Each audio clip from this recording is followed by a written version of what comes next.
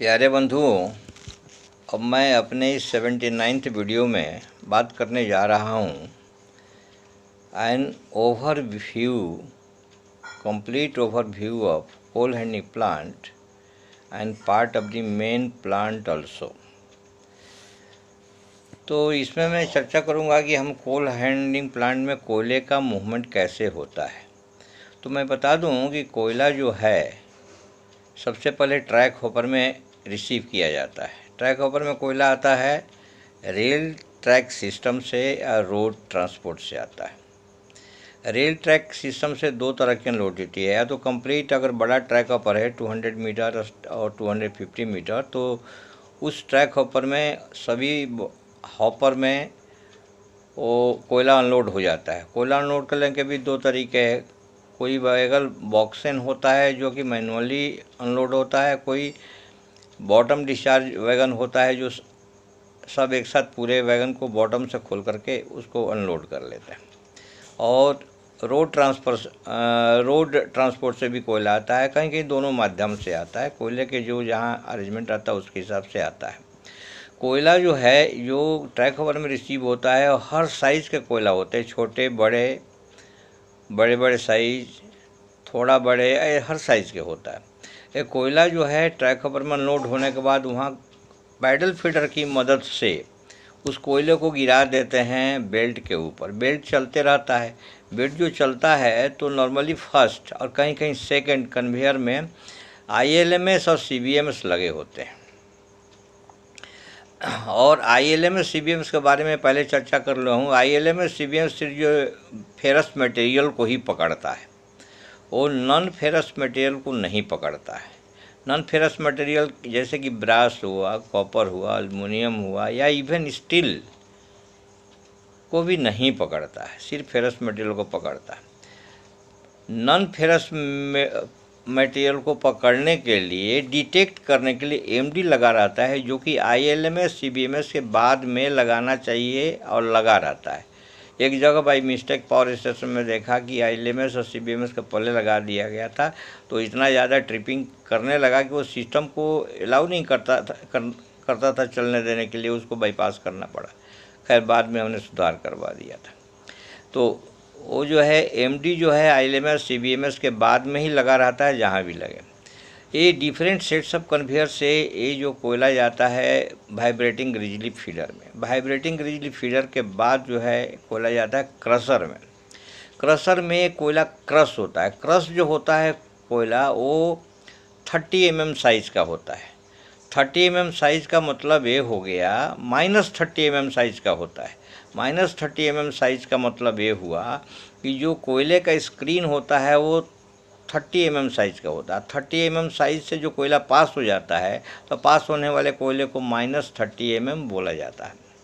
तो 30 mm -30 mm कोयला जो है ये डिफरेंट सेट्स ऑफ कन्वेयर के मदद से दो जगह जाता है।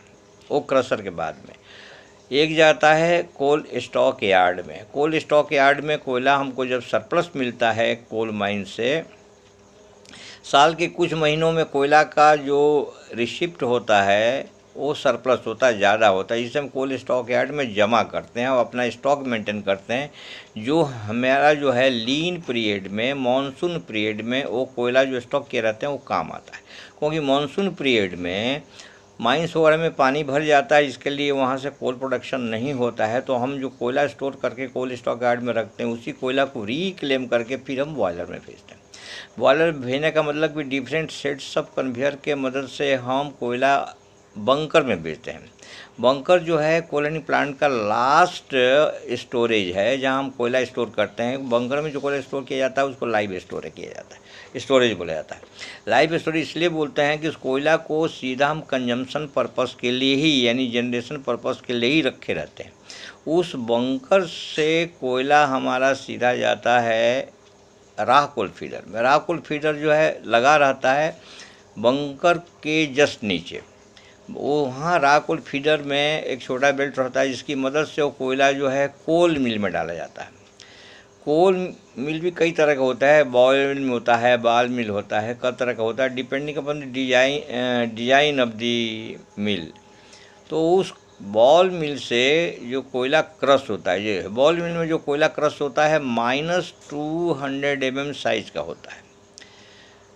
-200 mm साइज़ का मतलब कि जो एकदम पाउडर के जैसा, जैसे वो हम फेस में जो टॉल्कम पाउडर लगाते हैं उतना बारीक कोयले को क्रश किया जाता है।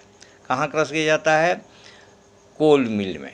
क्रश करने के बाद उस कोयले को हम फर्नेस के अंदर झोंकते हैं हवा के प्रेशर से। जिस हवा के प्रेशर से जो उसमें झोंकते हैं जलने के लिए, वो हवा को हम बोलते हैं प्राइमरी एयर। उस फैन जिससे आता है हवा उसको प्राइमरी एयर फैन बोलते हैं, पीए फैन।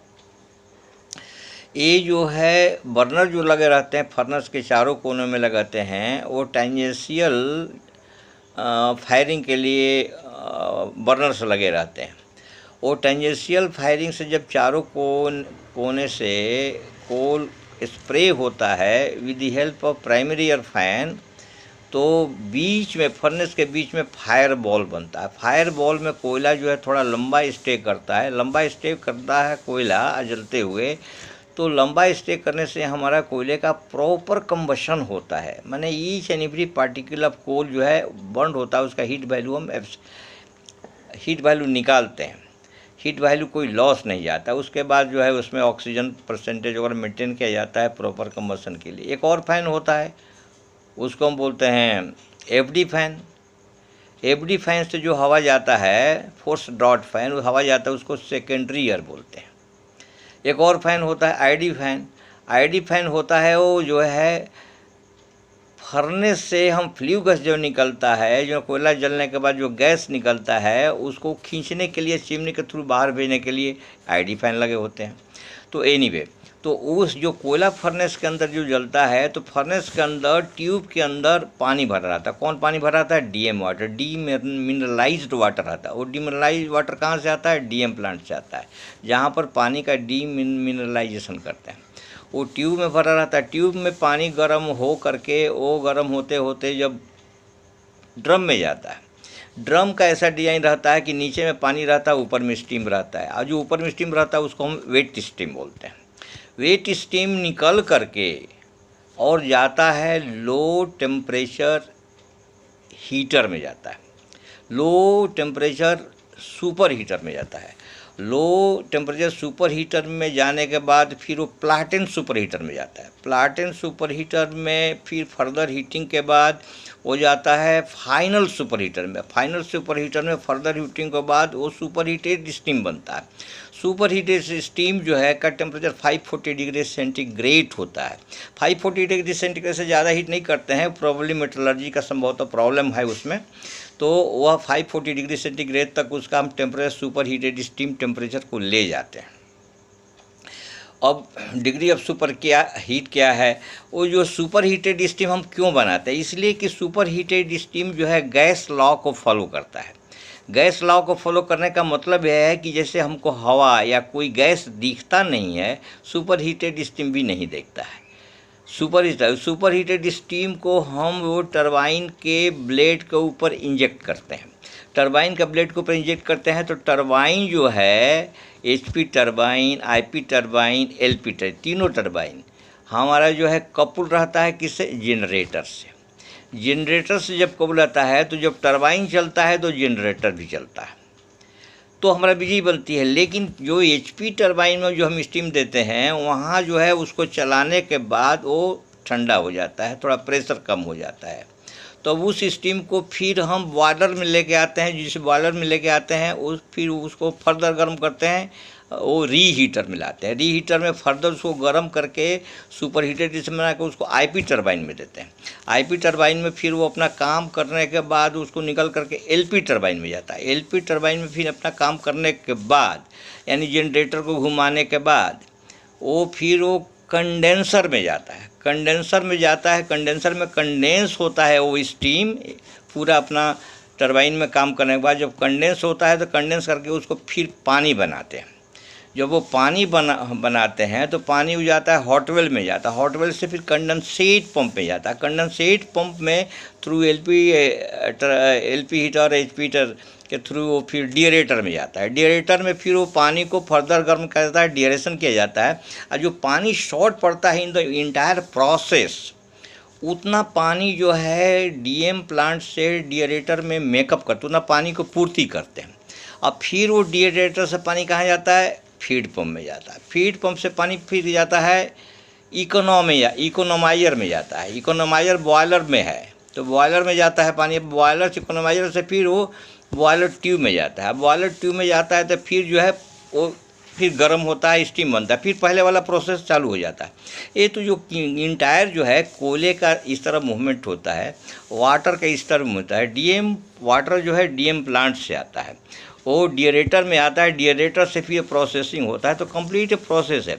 वो जो टरबाइन है वो कपल रहता है जनरेटर से, या जनरेटर के रोटर में हम जो है करंट देते हैं वो मैग्नेटिक फील्ड जनरेट करने के लिए, और उसको स्टेटर में भी करंट जनरेट होता है मैग्नेटिक फोर्स का। दोनों लाइन्स मैग्नेटिक फोर्सेस के लाइन्स ऑफ फोर्स कट करते हैं, तो लाइन्स ऑफ फोर्सेस जब मैग्नेटिक फोर्स के कट करते हैं तो इलेक्ट्रिसिटी जनरेट होती है। वो इलेक्ट्रिसिटी जब जनरेट होती है तब जो है उसको हम उसकी बिजली को पकड़ करके फिर हम ट्रांसफार्मर में देते हैं। ट्रांसफार्मर में जा कर के उसका भी अपना प्रोसेस है। उसको दो तरह का ट्रांसफ़र होता है, एक स्टेप अप ट्रांसफार्मर, एक स्टेप डाउन ट्रांसफार्मर। तो हम स्टेप अप करके फिर जो फर्दर लाइन में सप्लाई करते हैं, जिससे हमको घर घर में बिजली मिलती है। तो एक इंटायर जो है coal circuit, steam circuit, water circuit का एक संक्षिप्त विवरण है, जो कि एक जो है एक्यूरेट जो है, एक कंप्लीट डाटा नहीं है बट कंप्लीट ओवरव्यू यही है जो हमको नए जानकार, नए लोगों के जो प्लांट में भी आते हैं उनको ये शायद से कुछ मदद मिले, या कोल्हानी प्लांट को थोड़ा मेन प्लांट समझने में मदद मिले, या मेन प्लांट के आदमी को थोड़ा कोल्हानी समझने में मदद मिले। इस सब के मदद के लिए मैं यहाँ पर एक प्रस्तुत करने का प्रयास किया हूँ। कहीं त्रुटि हो तो उसको करेक्शन कर लें। अभी नया टेक्नोलॉजी आ रहा है, नया सिस्टम आ रहा है, अभी सुपर क्रिटिकल बॉयलर्स भी आ रहे हैं। इसी के साथ जो है मैं जो प्रयास कर रहा हूँ, प्रयास में अगर हमको सफलता मिले होगी तो मैं अपने को बड़ा खुशहाल समझूंगा। इसी के साथ मैं वीडियो समाप्त कर रहा हूँ, और आप लोगों से निवेदन है कि इसको लाइक करिए, शेयर करिए, सब्सक्राइब करिए, ताकि जितने पावर स्टेशन में काम करने वाले बंधु हैं उनके पास जाएँ तो थोड़ी बहुत जानकारी में अगर मैं उसकी मदद कर सका तो अपने को धन्य समझूंगा। Thank you very much. जय हिंद, जय भारत।